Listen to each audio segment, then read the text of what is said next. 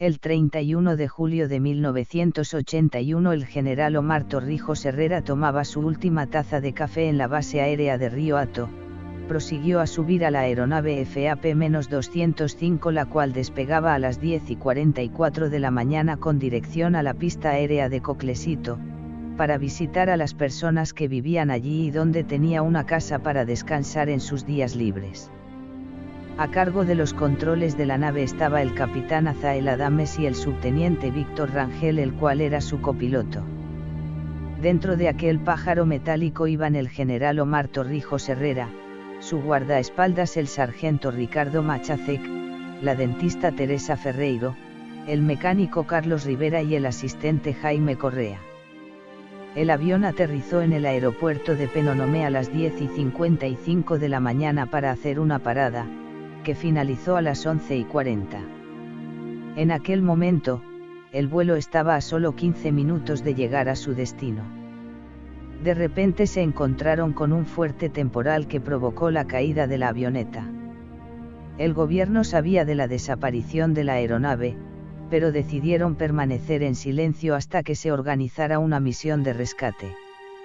El 1 de agosto de 1981 los medios de comunicación panameños comenzaron a reportar la desaparición del avión y el gobierno se vio obligado a declarar la desaparición física del general Torrijos.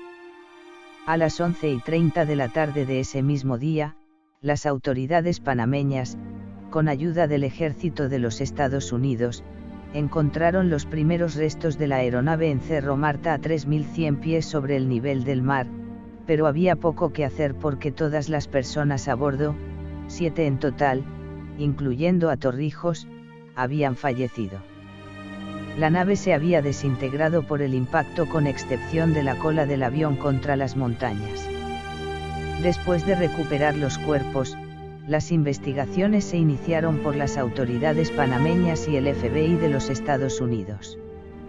La información que los investigadores lograron recopilar acerca de las circunstancias en el momento del accidente eran que, en el Cerro Marta con una altitud de 3.432 pies, la visibilidad era muy baja, debido a las malas condiciones y el avión había caído a 3.100 pies, el choque se había producido entre 11:55 am y las 12:05 pm.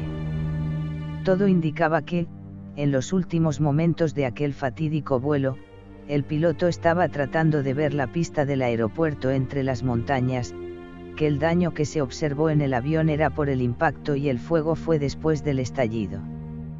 De ahí empezaron las investigaciones donde los residentes de Coclesito, más adelante reportarían haber escuchado, entre las 11:50 am y las 12:05 pm, 2 estallidos provenientes de la cordillera. Días después del suceso el Ministerio Público daba comienzo a más investigaciones que concluirían el 3 de abril de 1983, en el Juzgado Segundo de Penonomé, cuando se sobreseyó provisionalmente el caso, aduciendo que las piezas procesales permitían descartar mano criminal. El informe de la Fiscalía, apoyado en informes del Buró Federal de Investigaciones, FBI, de Estados Unidos, reveló que el avión en el que viajaba Torrijos sufrió desperfectos mecánicos y no tenía restos de explosivos. Las noticias sobre la muerte de Torrijos causaron una crisis en la cúpula militar y luto nacional en todo Panamá, acontecimiento sufrido especialmente por los más pobres, porque las acciones y reformas populares de Torrijos habían dado relativamente más oportunidades y ventajas para las clases más humildes del país.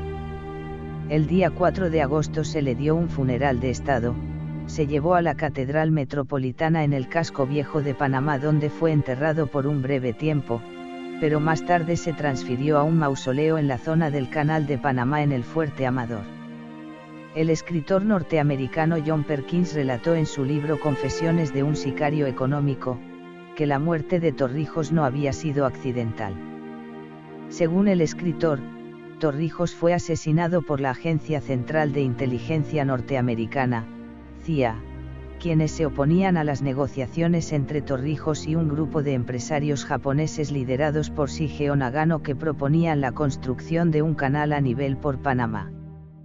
Así fue como poco a poco en los siguientes meses el comandante Manuel Antonio Noriega toma el poder militar y político. Tras la muerte del general Torrijos, su casa en la capital se convirtió en un museo y pasó al cuidado de la comunidad. Se convirtió en la Casa Museo Omar Torrijos, la cual está ubicada en el Parque Nacional General de División Omar Torrijos Herrera y es un gran reservorio ecológico. Madera de escritor. Fortón inició sus estudios secundarios en un colegio en el poblado cercano a su hogar. El joven seguía dibujando y desarrollando su capacidad de ilustración con los paisajes de la campiña, aves y animales del campo, los pequeños ríos y lagunas, los bellos amaneceres y atardeceres y la costa que se podía ver en el lejano horizonte. En su quinto año de secundaria el colegio organizó un concurso de literatura al que llamó Concurso de Literatura Pluma Libre, para incentivar a los estudiantes en el hábito de la lectura, donde las categorías a participar eran poesía, cuento, ensayo y novela corta. El joven siempre había observado a los hombres del campo cerca de su casa cuando trabajaban arriando el ganado, como salían muy temprano hacia los montes donde se encontraban sus sembradíos y araban la tierra, bajo el caliente sol, y en días de lluvia vio cómo el hombre del campo trabajaba sin descanso para mantener a sus familias. Así que Fortón decidió hacer un ensayo sobre este tema y para sorpresa de él mismo ganó el primer lugar en dicha categoría. Desde entonces sintió que tenía vocación para las letras y poco a poco se empeñó en leer todo lo que podía y cuanto más pudiera para desarrollar una buena técnica narrativa, pues había decidido que quería ser escritor. Desde aquel momento sus padres cada vez que lo veían llevaba un libro en la mano, ya fuera al amanecer o al anochecer siempre leía lo que llegara a sus manos. Dijo su padre a su mujer: creo que nuestro hijo se está preparando para ser un letrado. ¿Será que tiene madera para ser abogado? No lo sé, Adalberto, pero él es muy buen dibujante, debería estudiar una carrera donde el dibujo le sirva para mantenerse. Último año de bachillerato y este año le ha tocado el turno de la tarde. Una mañana mientras hacía su tarea sentado en el piso de la sala escuchaba en la radio la emisora Radio 10, es muy difícil alcanzar la recepción, mueve la antena del aparato de un lado para otro, mientras el locutor de la emisora pone discos de la banda Soda Stereo que llegará a suelo panameño en pocos días. Se escucha al locutor hablar sobre el concurso para ganar entradas para el concierto. Fortón, que es fanático de esa agrupación, se sabe casi todas sus canciones. Dice el locutor: el que llame en este momento y me diga 3 canciones de la banda ganará una entrada para ir al concierto de Soda Stereo. Fortón logra llamar a la emisora: para participar en el concurso, dime 3 canciones y te llevas tu entrada totalmente gratis. De la emoción el joven solo alcanza a decirle al locutor: juego de seducción y cuando pase el temblor, pero no logra recordar el nombre de una tercera canción y pierde la oportunidad de ganarse el boleto de entrada. Aquella tarde Fortón se puso muy triste y no dejó de pensar en la oportunidad que perdió para ir a su primer concierto y de su banda favorita. El primer amor. Era el mes de julio. Fortón, que siempre había observado a los granjeros del área subiendo y bajando loma arriba y loma abajo los productos de sus cosechas, le preguntó a su padre: papá, ¿quién es ese señor con el que a veces conversas y con el que veo que te llevas muy bien? Es el señor Lorenzo, vive muy arriba subiendo la loma en la cima, tiene varias cabezas de ganado, pero sus sembradíos están mucho más allá de su casa y tiene que ir a caballo para poder sembrar. Nunca has querido acompañarme cuando voy a conversar con él. Tiene un hermoso terreno plano allá arriba donde vive con su mujer y sus hijos, tiene 2 hijos varones y una hija muy guapa. ¿Qué tal si me acompañas y así haces amistad con sus hijos? Está bien, papá, avísame la próxima vez que subas y te acompañaré. Fortón siempre había cumplido sus promesas y ambos subieron un día a visitar a don Lorenzo. Adalberto presentó a su hijo y mientras hablaba de las tierras con don Lorenzo, Fortón hizo amistad con los hijos del granjero. Ven, Fortón, vamos para que veas el ganado que tenemos en la finca, dijo uno de los hijos del señor.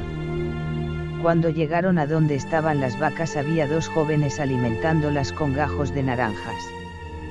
Mira, esa que le está dando las naranjas a las vacas es nuestra hermana Alina y la otra es nuestra prima Ana.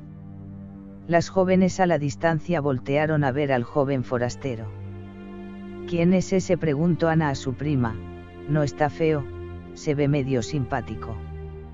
Debe ser el hijo del señor Adalberto que vive bajando la loma en la cabaña, lo he visto algunas veces desde lejos.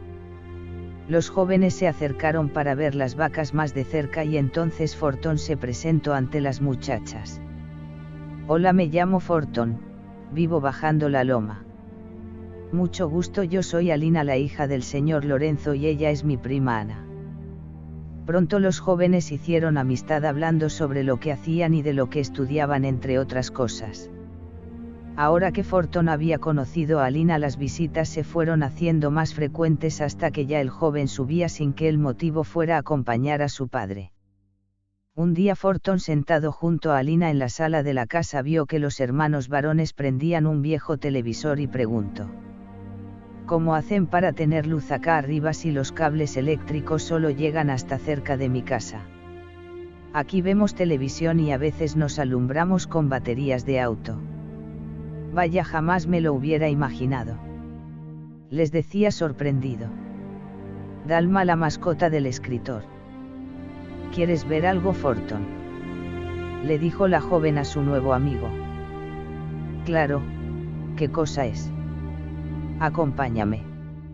Los dos jóvenes caminaron hacia el establo donde había muchos animales de granja y en una esquina estaba una perrita color café, la cual estaba dormida. Mira, ella es Perla, está embarazada de un perro raza Doberman. Ustedes la cruzaron. No, en realidad se le escapó a un vecino y la preñó sin que nos diéramos cuenta. Estamos buscando quien adopte a los perritos para cuando nazcan. ¿Quieres que te guarde uno para que te lo lleves a casa? Si está bien. ¿Cuándo nacerán? Calculo en unas 2 semanas, por el tamaño de la barriga. Los dos jóvenes pasaron la tarde juntos. Cuando el sol se fue ocultando en el horizonte, caminaban cerca de las vacas y Fortón le dijo a Alina: ven, vamos, sentémonos en el borde de aquel precipicio para ver el atardecer. Se sentaron en la tierra, sus pies quedaban colgando y debajo de ellos una gran caída de tierra.